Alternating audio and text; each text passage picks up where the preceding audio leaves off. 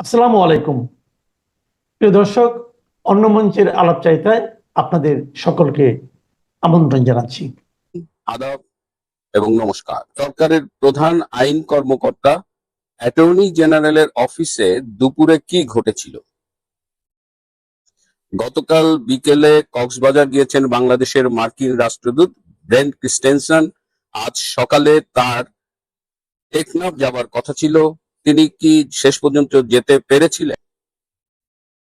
যেহেতু বিষয়টি স্পর্শকাতর, সংবেদনশীল এবং যেহেতু বাংলাদেশের মিডিয়া সত্য প্রকাশে ততটা সাহসী নয়, তাই অনেকটা কানাঘুষা চললেও গত 5ই জুলাই রবিবার অ্যাটর্নি জেনারেল অফিসে দুপুর 1:45 কি ঘটেছিল সেটি নিয়ে আমরা অনেকের কাছ থেকে অনেক কথা শুনেছি, কিন্তু আমাদের সোর্স নিউজ, আমরা ঘটনার গভীর থেকে তথ্য নিয়ে এসেছি এবং নাম প্রকাশে অনিচ্ছুক সেই অফিসের একটি সূত্র, যিনি ঘটনার সময় উপস্থিত ছিলেন, তিনি আমাদের প্রকৃত তথ্যগুলো দিয়েছেন। ঘটনা হলো যে অ্যাটর্নি জেনারেলের অফিসে রিসেন্টলি 18টি মামলা নেগোশিয়েট করেছে তারা বিহাইন্ড দ্য স্ক্রিন, অথবা বলা যায় যে আন্ডার দ্য টেবিল। উদাহরণস্বরূপ বলি যে চট্টগ্রামের একজন খুব বড় ব্যবসায়ী, তার একটা চেক ডিজ অনারের মামলা ছিল, সেই মামলাটি নিষ্পত্তি করা হয়েছে। একজন ধনী ব্যবসায়ী, তার কেরানীগঞ্জে প্রায় 150 একর জমির মালিকানা নিয়ে একটি মামলা ছিল, সেই মামলা নিষ্পত্তি করা হয়েছে। এবং একই মালিকের গুলশানে একটি প্লট এবং মানিকগঞ্জে প্রায় 100 একরের বেশি জায়গার মালিকানা, সেটিও নিষ্পত্তি করা হয়েছে। এবং এই যে নিষ্পত্তি করা হয়েছে, এর পেছনে একটি লেনদেনের অভিযোগ শোনা যায়। এখন এই লেনদেনের ভাগাভাগি নিয়েই এই সরকারি আইন কর্মকর্তার অফিসে গত রবিবার 2:45 সময় হাতাহাতির ঘটনা ঘটেছে। অভিযোগে প্রকাশ যে 4জন ডেপুটি অ্যাটর্নি জেনারেল, তারা তাদের হিসেব মতো পাওনা টাকার ভাগ না পাওয়ায় তারা সরকারি আইন কর্মকর্তা অ্যাটর্নি জেনারেলের অফিসে গিয়ে তার উপরে চড়াও হয়। প্রত্যক্ষদর্শীর বরাতে আমরা যেটা জেনেছি যে তাকে রীতিমতো কলার ধরে টেবিলের উপরে ফেলে একের পর এক থাপড়ানো হয়। এই ঘটনার সিসিটিভির ফুটেজ রয়েছে এবং তিনি এতে বেশ আহত হন। তখন 3জন তাকে নিয়ে নিকটস্থ একটি ফার্মাসিতে নিয়ে যান এবং সেখানে প্রাথমিক চিকিৎসা প্রদানের পরে তাকে বাসায় পাঠানো হয়। এই ঘটনার পরে অ্যাটর্নি জেনারেলের প্রশাসনিক কর্মকর্তা, তিনি একটি কারণ দর্শানো নোটিশ সার্ভ করেছেন। ঘটনাটা শুনে আমার আসলে কি মন্তব্য করা উচিত আমি ঠিক জানি না, যে বাংলাদেশের এই স্বাধীনতার পরে এইরকম কোন ঘটনা অ্যাটর্নি জেনারেল অফিসে ঘটেছে বলে আমাদের কারো অন্তত জানা নেই।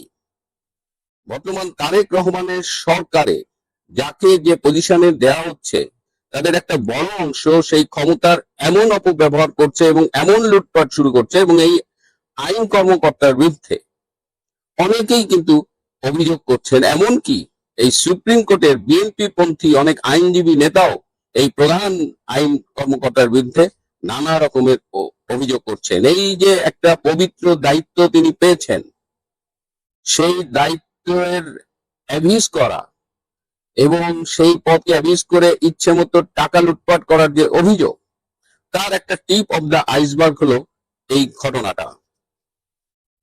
এবার আমরা আশা করি যে এই ঘটনার একটা দৃষ্টান্তমূলক বিচার হবে। এবার গতকাল বিকেলে বাংলাদেশে যে মার্কিন রাষ্ট্রদূত রয়েছেন ব্রেন্ট ক্রিস্টেনসন, তিনি কক্সবাজার গিয়েছেন। তিনি কেন কক্সবাজার গিয়েছেন সেটা আমরা জানতে পারি না, কিন্তু আজকে সকালে তিনি টেকনাফের উদ্দেশ্যে যাত্রা করেছিলেন, কিন্তু উখিয়ার আগেই তাকে ফিরে আসতে হয়েছে, কারণ মিয়ানমার টেকনাফ সীমান্তে ব্যাপক বোমা বর্ষণ হয়েছে।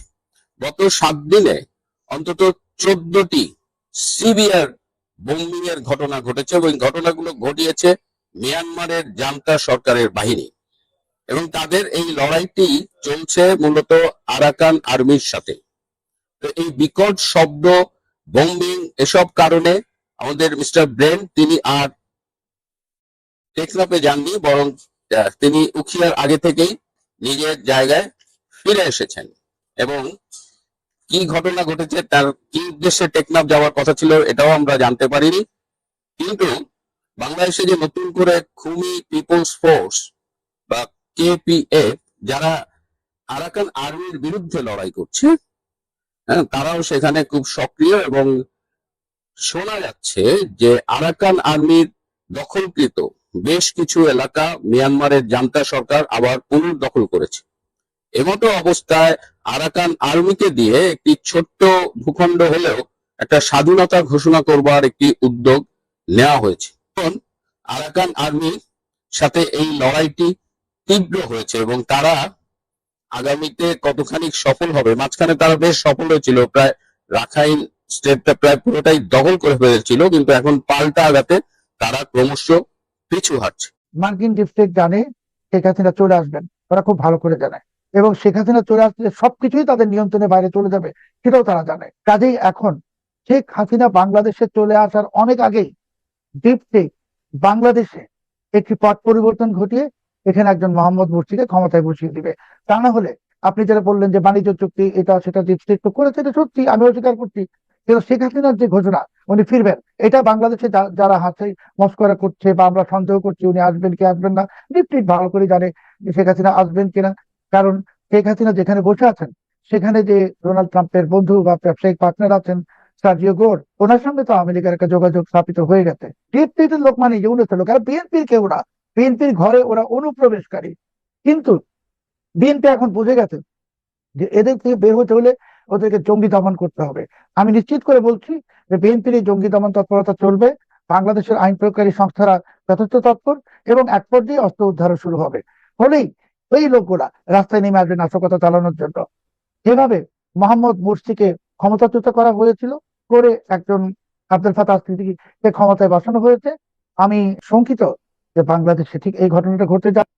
সরকারের মধ্যে নীতি নির্ধারণী পর্যায়ে আমরা জানি যে জঙ্গিবাদী কার্যক্রম নিয়ে পরস্পর বিরোধী বক্তব্য রয়েছে। কেউ বলেন যে জঙ্গিবাদী সংগঠনের অস্তিত্ব নেই, কেউ বলেছেন বিচ্ছিন্নভাবে থাকতে পারে, প্রতি দেখা হচ্ছে, পুলিশ অ্যাকশনে আছে, ইত্যাদি ইত্যাদি। আমরা দেখলাম যে যাত্রাবাড়ি এলাকায় উগ্রবাদী সংগঠনের কার্যক্রম পরিচালনার উদ্দেশ্যে জড়ো হয়েছিলেন কিছু ব্যক্তি এবং তাদেরকে সন্দেহজনক অবস্থায় 6 জনকে আটক করা হয়েছে, যদিও পুলিশ বলছে উগ্রবাদী কর্মতৎপরতা তাদের মধ্যে রয়েছে, উগ্রবাদী শব্দটা ইউজ করেছে। এবং এর মধ্যে যারা জড়িত ছিলেন তাদের মধ্যে একজন এনসিপির নেতা, যাকে বহিষ্কার করা হয়েছে। আমি এনসিপি বিষয়ে পরে আসতে চাই, তার আগে সরকারের বক্তব্য এবং পুলিশ যেটি বলছে সেটি কি আমাদের কাছে খুব বেশি গুরুত্ব বহন করে কিনা বাংলাদেশের বর্তমান পার্সপেক্টিভের জায়গা থেকে? এবার যাত্রাবাড়িতে যে ঘটনাটা ঘটলো এটাও কিন্তু এই যে ফাতা কমব্যাট সিস্টেম বা ফাতা যুদ্ধ পদ্ধতি নামের যে সংগঠনটি, এটা চালিয়ে আসছে 2 বছরের বেশি সময় ধরে, বা 2 বছর ধরে। তো এতকাল ওরা কাজ করলো সারা বাংলাদেশে, হঠাৎ করে এদেরকে আটক করা হয়েছে 6 জনকে। আপনার অবশ্যই মনে আছে যে 2025 সালের 20 অক্টোবর ইউনূস প্রশাসনের উপদেষ্টা আসিফ মাহমুদ সজীব ভুইয়া তার ফেসবুকে একটা স্ট্যাটাস দিয়ে ঘোষণা দিয়েছিলেন যে যুব ও ক্রীড়া মন্ত্রণালয়ের অধীনে যুবকদেরকে জুডো, কারাতে, তাইকোয়ান্ডো এবং আগ্নেয়াস্ত্রের প্রশিক্ষণ দেওয়া হবে। ওই স্ট্যাটাসটা যদিও তিনি পরে ডিলিট করে ফেলেন, কিন্তু একটা স্ক্রিনশট আমাদের সবার কাছে আছে। তো এই যে রাষ্ট্রযন্ত্র ঘোষণা দিল, আমি তো আসিফ মোহাম্মদ সজীব ভুইয়াকে রাষ্ট্রযন্ত্রই বলতে হয়, উনি রাষ্ট্রের অংশ ছিলেন প্রশাসনের, যে 7টি প্রশিক্ষণ কেন্দ্রের মাধ্যমে এই জুডো, তাইকোয়ান্ডো ইত্যাদি প্রশিক্ষণ দিবে, এখানে আমাদের কোনো আপত্তি নেই, শারীরিক প্রশিক্ষণ হইতেও পারে, কিন্তু আগ্নেয়াস্ত্রের প্রশিক্ষণ দেওয়া হবে। এরা যখন বড় হয়েছে প্রকাশ্যে, এবং সেটা যুব ক্রীড়া মন্ত্রণালয়ের অধীন, যিনি মানে যে মন্ত্রণালয় যার উপদেষ্টার অধীনে সেই উপদেষ্টা। এবং তিনি আরেকটা কথা বলেছেন যে 18 থেকে 35 বছর বয়সী 8,850 জন যুবক যুবতীকে প্রশিক্ষণ দেওয়া হবে। হুম। মানে ওনার যে স্ট্যাটাসটা, যেটা আমি আপনাকে দেখাচ্ছি, এখানে স্পষ্ট উনি বলেছেন আগ্নেয়াস্ত্র। আচ্ছা। তো আগ্নেয়াস্ত্র আর এয়ারগান এক না, এটা শাক দিয়ে মাছ ঢাকার কোনো প্রয়োজন নাই। হুম, হুম, হুম। তো এখন যে 6 জনকে ধরা হলো জঙ্গি সন্দেহে, এখানে অনেক রকম কথা বলা হচ্ছে যে তাদের সঙ্গে তেহরিকে তালেবান পাকিস্তানের কানেকশন বা ইত্যাদি, কিন্তু এই ধৃত 6 জনের মধ্যে একজন এই আসিফ মোহাম্মদ সজীব ভুঁইয়ার সংগঠন ন্যাশনাল সিটিজেন পার্টি বা জাতীয় নাগরিক পার্টির সদস্য। তাহলে আমরা তো সন্দেহ করতেই পারি যে এটাই হলো সে 20 অক্টোবর 2025-এর ঘোষণার ধারাবাহিকতা। আপনি জানেন, আমরা জানি, সারা দেশ জানে, বিশ্ব জানে যে ইউনূস জমানায় অসংখ্য জঙ্গি এবং সন্ত্রাসী কারাগার ভেঙে পালিয়েছে, হুম। অসংখ্য জঙ্গি সন্ত্রাসী জেল থেকে জামিনে মুক্ত হয়েছে রাষ্ট্রীয় পৃষ্ঠপোষকতায়, এবং দেশের সবগুলো থানা থেকে, পুলিশ স্টেশন থেকে অস্ত্র লুট হয়েছে, গুলি লুট হয়েছে, এমনকি বিস্ফোরক দ্রব্য লুট হয়েছে, গ্রেনেডের মতো জিনিস। এই যে এত বিপুল সংখ্যক অস্ত্র, গোলাবারুদ এবং বিস্ফোরক লুট হয়ে গেল, সেটা উদ্ধারের কোনো চেষ্টা, ইচ্ছা, চেষ্টাও না, ইচ্ছাও তো দেখায় না ইউনূস প্রশাসন। তো এই অস্ত্রগুলো তো আর উধাও হয়ে যায়নি, অস্ত্রগুলো তাদের কাছে আছে, ইউনূসের লোকদের কাছে আছে। এবং আমি খুব অবাক হব না যে আজকে হয়তো ফাতা কমব্যাট সিস্টেম, নানচাকু ইত্যাদি নিয়ে ধরা পড়েছে, কালকে যদি এরা আগ্নেয়াস্ত্র সহ ধরা পড়ে, আমি একটু অবাক হব না। এবং আপনি জানেন যে এরই মধ্যে সামাজিক যোগাযোগ মাধ্যমে, যদিও ওই সেই ভিডিওটা নিয়ে বিতর্ক আছে, কিন্তু এমন ভিডিও দেখা যায় যে অনলাইনে বিজ্ঞাপন দিয়ে অস্ত্র বিক্রি হচ্ছে। কাজেই মোটা দাগে যদি বলতে হয় ভাই, এই 6 জনের ধরা পড়ার ঘটনা এবং এই 6 জনের একজনের সাথে জসিমউদ্দিন রহমানের সম্পর্ক, বা আরো একজন যে ইউনূসের সময়ই সন্ত্রাসী কর্মকাণ্ডের দায়ে গ্রেপ্তার হয়ে আটকাদেশে ছিল, সব মিলিয়ে এটা কোনো ভালো আলামত নয়। এটা অবশ্যই আমাদের দেশের জন্য একটা খুব বাজে সিগন্যাল। মানে বাজে সিগন্যাল কেন মনে করছেন? এরা স্থানীয়ভাবে উগ্রবাদী, মানে পুলিশের যে ভাষ্য, উগ্রবাদী তার সঙ্গে এরা জড়িত। আমরা জানি সন্ত্রাসী কর্মকাণ্ড এক জিনিস, উগ্রবাদিতা এক জিনিস, জঙ্গিবাদী কার্যক্রম এক জিনিস। আপনি এটাকে কিভাবে দেখছেন? পুলিশ যখন বলছে উগ্রবাদী, তার মানে এক্সট্রিমিজম, হুম, জঙ্গি তৎপরতা, মানে মিলিটেন্সি, সন্ত্রাসী মানে হুম। টেরোরিজম। তো উগ্রবাদিতা, তো এটাকে ওরা উগ্রবাদিতা বলছেন, যেহেতু পুলিশ যেটা বলছে সেটাই তো আমাদের বিশ্বাস করতে হবে, আমরা তো জি। নিজেরা জানি না কিছুই। কিন্তু বাংলাদেশে যখন বিএনপি সরকার মাত্র 5 মাস পূরণ করতে যাচ্ছে, আর 2 দিন পর 4 দিন পর, এই সময়টাতে এই যে ঘটনাটা ঘটে গেল, আমি এই মানচিত্রের অনুষ্ঠানে বেশ অনেক সপ্তাহ আগে বলেছিলাম যে মার্কিন ডিপ স্টেট বাংলাদেশে তাদের যে মিশর প্লেবুক, সেটাকেই বাস্তবায়ন করবে। কারণ আপনিও জানেন যে মধ্যপ্রাচ্যে যে কথিত আরব বসন্তের পর যে দুটো দেশে সফল হয়েছিল, তিউনিসিয়া এবং মিশর, তিউনিসিয়ায় কিন্তু সরকারটা এখন পর্যন্ত টিকতে পারছে না, কোনো সরকারই 2 বছরের বেশি। মিশরে টিকেছে কারণ এই মুসলিম ব্রাদারহুডকে খতম করার মাধ্যমে এবং general Abdel Fattah el Sisi ক্ষমতা গ্রহণের কারণে। বাংলাদেশও মার্কিন ডিপ স্টেট বলুন বা যাই বলুন, তারা ঠিক একই মডেলকে ইমপ্লিমেন্ট করতে যাচ্ছে, এবং সেই মডেলের অংশ হিসেবেই সারা দেশে হাজার হাজার কলেমার পতাকা দেখা গেল, এখন দেখা যাচ্ছে সেই মডেলের অংশ হিসেবে এখন জঙ্গি সামনে চলে আসছে। এবং আপনি দেখেছেন যে এই যে ফাতা কমপ্লেক্স সিস্টেমের একজন সদস্য সাব্বির, তার একটা ভিডিও আপলোড হয়েছে, আমিও যা টুইট করেছি, সেখানে দেখা যাচ্ছে সে টাইম বোমা তৈরি করে টাইম বোমার বিস্ফোরণ ঘটাচ্ছে, এবং যখন সে বিস্ফোরণটা ঘটাচ্ছে ভিডিওতে, সেটার পিছনে ইসলামিক স্টেটের গান বাজতেছে, যাকে ওরা বলে নাসিদ, এবং নারায়ে তাকবীর আল্লাহু আকবার স্লোগান হচ্ছে। তো যেই ছেলেটাকে আপনি বলছেন যে খুবই নিরীহ একটা ছেলে, শারীরিক কসরত করেছে, সে টাইম বোমা বানিয়ে তো ভিডিও, এবং এই ভিডিওটা খুব আশ্চর্যজনক ভাবে বা ইন্টারেস্টিংলি ভিডিওটা পুলিশ তার কাছ থেকে তার মোবাইলে পেয়েছে। এখন অনেকেই আহ, অনেক উগ্রবাদী লোকজন তারা বলছেন যে না, এটা পুলিশ বানিয়েছে, এমনকি একজন বিতর্কিত ফ্যাক্ট চেকার, সেও বলতে চাচ্ছে না এই ভিডিওটা পুলিশ বানিয়েছে। আবার বলতেছে যে পুলিশ কি করে পেলো, এটা তো প্রশ্ন না, ভিডিওটা তো ওই ছেলের, সে কথা বলছে। তার মানে এই যে ঘটনাটার পিছনে আর কারা জড়িত, এনসিপি জড়িত, আর কারা জড়িত সেই ফ্যাক্ট টেকারের পরিচয়, রাজনৈতিক পরিচয় কি আমরা সবাই জানি, ওরাও জড়িত। কাজেই বিএনপির বিরুদ্ধে মার্কিন ডিপ স্টেট, এনসিপি এবং জামাত ইসলামীর একটা সম্মিলিত ষড়যন্ত্র তৃতীয় ধাপ শুরু হয়েছে। প্রথম ধাপ ছিল পতাকা কাণ্ড, এইবার দ্বিতীয় ধাপ শুরু হয়েছে। এবং আপনি দেখবেন যে এইটার কারণে ওরা এখন বাংলাদেশকে অস্থিতিশীল করতে চাচ্ছে। এবং আমি যেটা বললাম যে বাংলাদেশে ওরা অস্থিতিশীলতা সৃষ্টির মাধ্যমে এই মিশর প্লেবুক সেটাকে বাস্তবায়িত করবে। সরকার যদি এখনই কঠোর না হয়, সরকার যদি এখনই এনসিপির লোকদের বিরুদ্ধে কঠোর ব্যবস্থা না নেয়, জামাতে ইসলামের বিরুদ্ধে কঠোর ব্যবস্থা না নেয়, সেই কথিত ফ্যাক্ট চেকারদের বিরুদ্ধে কঠোর ব্যবস্থা না নেয়, তাহলে আমরা ভয়ঙ্কর এক অন্ধকারের দিকে ধাবিত হচ্ছি। আহ, এর সাথে আমরা মিশর ফর্মুলা কিভাবে মেলাবো? মানে আপনি বলছেন মিশর প্লে বুক অ্যাপ্লাই করার একটা পরিকল্পনা মার্কিন ডিপ স্টেটের রয়েছে। এই যে যে সন্ত্রাসবাদী সংগঠন বা উগ্রবাদী সংগঠনগুলো রয়েছে যার অস্তিত্ব মাঝে মাঝে পুলিশ খুঁজে পাচ্ছে বা আমাদের সামনে আসছে, কাল পতাকার কথা বললেন, এইগুলোর সাথে এনসিপির একজন নেতা, গাজীপুরের যুগ্ম আহ্বায়ক গাজীপুর জেলা কমিটির, তাকে বহিষ্কার করা হয়েছে। আমরা মানে অনেকে অভিযোগ করতেই পারে যে এর সাথে এনসিপির এক ধরনের কানেকশন রয়েছে। যদি তাই হয়, জামাতও যদি থেকে থাকে, তাহলে ডিপ স্টেটের সাথে তাদের যে যোগসূত্রতা সেটি কিভাবে মিলাবো? এবং মিলানোর পরে মার্কিন মিশর মিশর প্লেবুকের বিষয়টিও আমরা কিভাবে হিসাবে নিয়ে আসবো?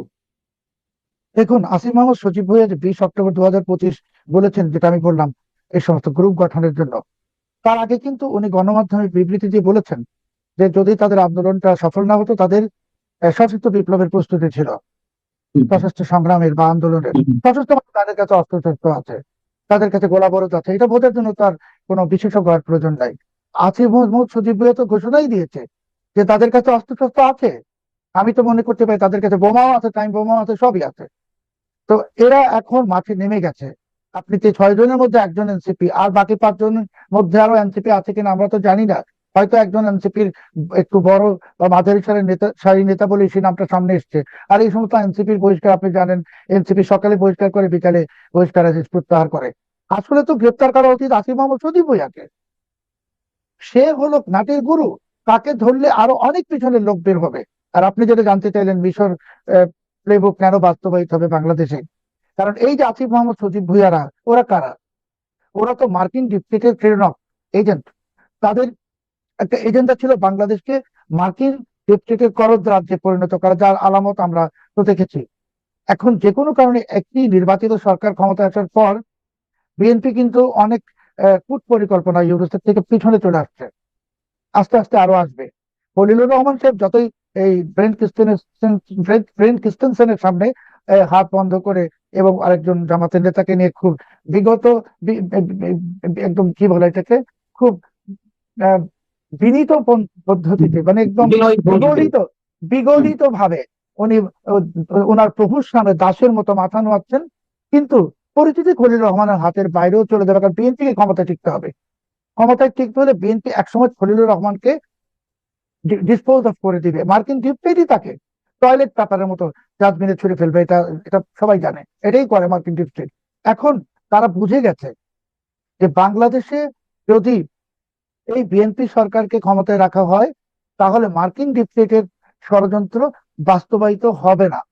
কারণ এখানে একটা বড় সমস্যা আপনাকে মনে রাখতে হবে, যে বাংলাদেশের সিংহভাগ মানুষ এখনো যে চুপ আছে, তার কারণ হলো যে তারা অপেক্ষায় আছে বিএনপি যদি ভালো কিছু করে।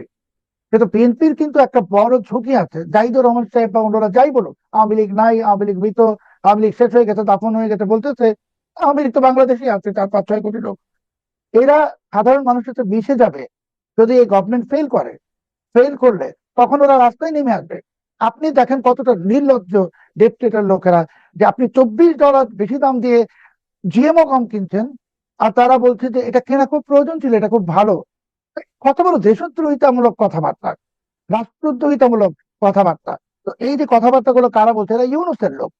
ডিপ স্টেটের লোক মানে ইউনূসের লোক, আর বিএনপির কেউ না। বিএনপির ঘরে ওরা অনুপ্রবেশকারী। কিন্তু বিএনপি এখন বুঝে গেছে যে এদের থেকে বের হতে হলে ওদেরকে জঙ্গি দমন করতে হবে।